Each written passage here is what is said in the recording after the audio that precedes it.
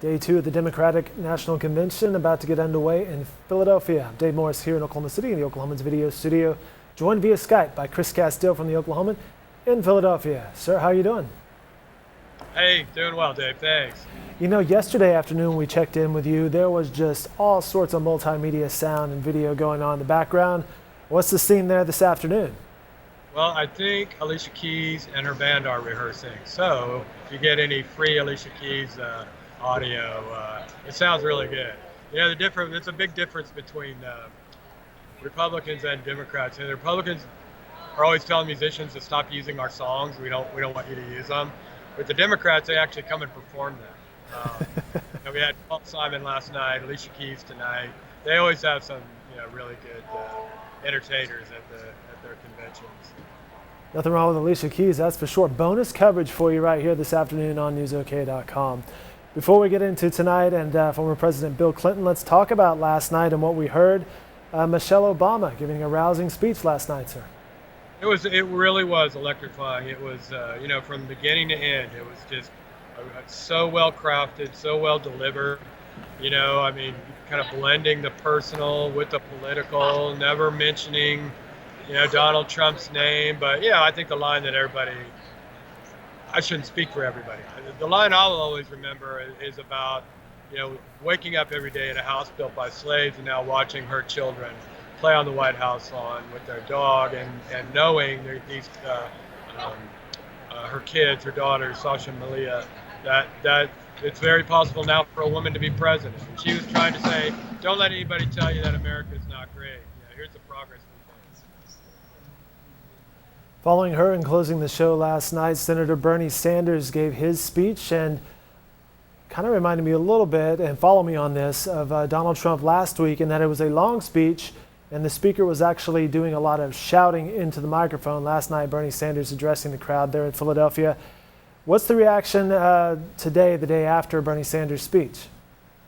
Well, I think there's still some question about what's going to happen. We're about, I think, an hour and a half, 2 hours away from the roll call vote starting, maybe a little bit longer, but they're going to do the roll call vote tonight.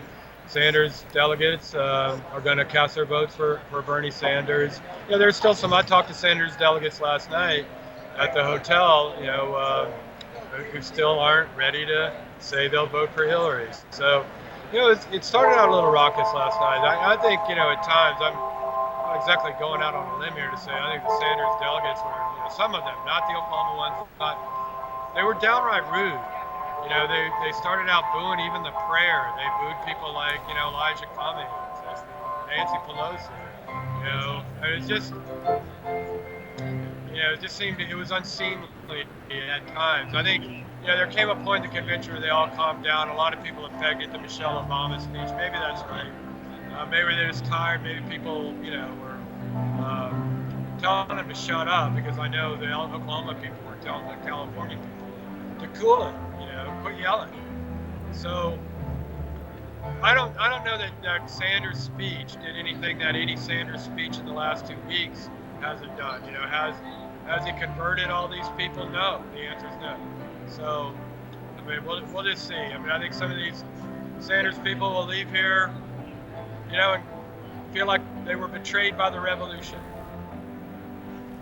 They booed the prayer. That's pretty good, but let's keep in mind you are in Philadelphia, where they pelted Santa Claus with snowballs at one point during a Dallas Cowboys football game, if I remember correctly, back in the day. Yeah. Now, also last night, I kind of felt like the crowd sort of turned when Cory Booker started to speak, and then Michelle Obama, and it just seemed like the evening took a turn at that point as far as getting the crowd into it. And moving ahead to tonight, I'm sure President Bill Clinton will have the crowd into it tonight. What do we expect to hear from the former president? Dave, I'm sorry, I heard you say Bill Clinton. I think we're back to rehearsal here for Alicia Keys. But yeah, Bill Clinton is tonight. He's the big one after the roll call vote. Bill Clinton, and he just always wows them at these things. I think for a lot of people in 2012 at the convention in Charlotte, North Carolina, Bill Clinton was the best speaker that night. He got that title of the Great Explainer, and I don't know what we're going to hear tonight. He's speaking the night that his wife was nominated to be the first female president of a major party. We will, it'll be a really Should be good. I'm looking forward to some Alicia Keys. We're getting a taste of that right now in the background in Philadelphia, the Democratic National Convention. We're chatting with Chris Casteel. Chris, how many times have you heard Bill Clinton speak at a convention? Dave, I'm sorry. I was asking you about Bill Clinton and perhaps how many times you have heard Bill Clinton speak at a convention. It's got to be numerous times now. Yeah, so the first time I ever heard him was in 1988. Are you ready for speaking for Michael Dukakis, the Democratic nominee in '88. And Clinton totally bombed. The biggest applause line that his speech got that night in '88 was in conclusion, because it went on so long, and that is Bill Clinton's deal. He speaks for so long. I mean, he thought Trump spoke a long time, and he did. Clinton he'll kind of wear you out sometimes. I think all these speeches need to be shorter. I really do. I think fewer speakers, shorter speeches, and that would be great. I mean, it doesn't have to be Twitter linked, but yeah, 30 minutes is a bit much. And but I've heard him give really good speeches. I guess I've heard him at probably every convention since '88. He was 92 and '96. He was the nominee, and I'm sure he spoke for the nominees in 2000, 2004, and ever since. But he's always good, and I think tonight's kind of a low-key night. He's the main speaker, the only really big name. And tomorrow night you've got President Barack Obama, Vice President Joe Biden, and U.S. Senator Tim Kaine. It'll be Hillary Clinton running. All right, so there you have it. Chris Casteel has set the table for us tonight. The roll call vote for Hillary Clinton. There'll be some Bernie Sanders votes in there as well. I believe we're going to hear from former U.S. Attorney General Eric Holder and House Minority Leader Nancy Pelosi. I believe they're on the schedule tonight, followed by Bill Clinton sometime after 9 p.m. Oklahoma time.